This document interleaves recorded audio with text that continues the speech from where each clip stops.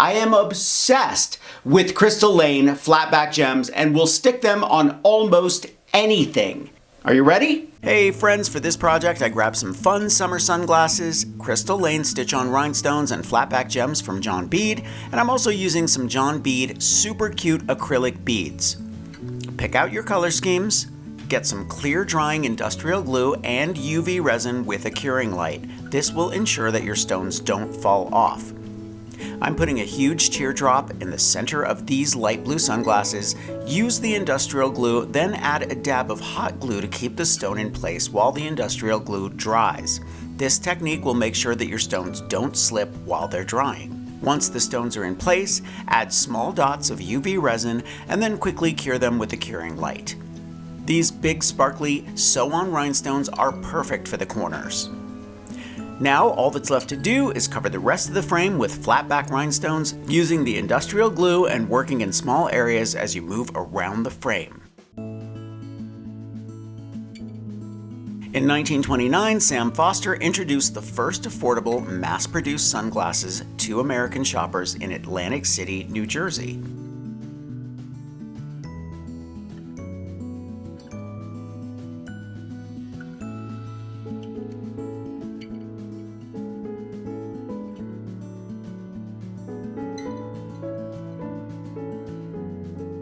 Just for fun, I'm adding a few more beads to really take these over the top.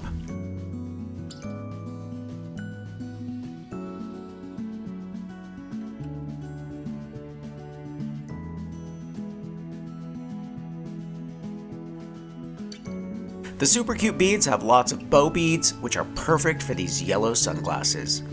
Again, I'm using the industrial glue with a dot of hot glue and then securing everything with dots of UV resin to make sure these beautiful beads don't fall off. In 12th century China, smoky quartz crystals were used as lenses to shield eyes by judges to hide expressions in court.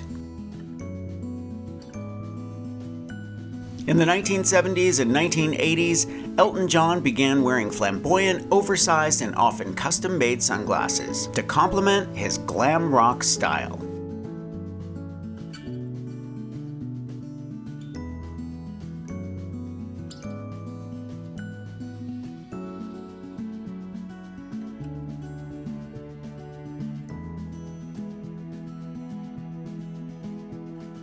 Make sure to stop by the comments, even if it's just to say hello. I always love hearing from you.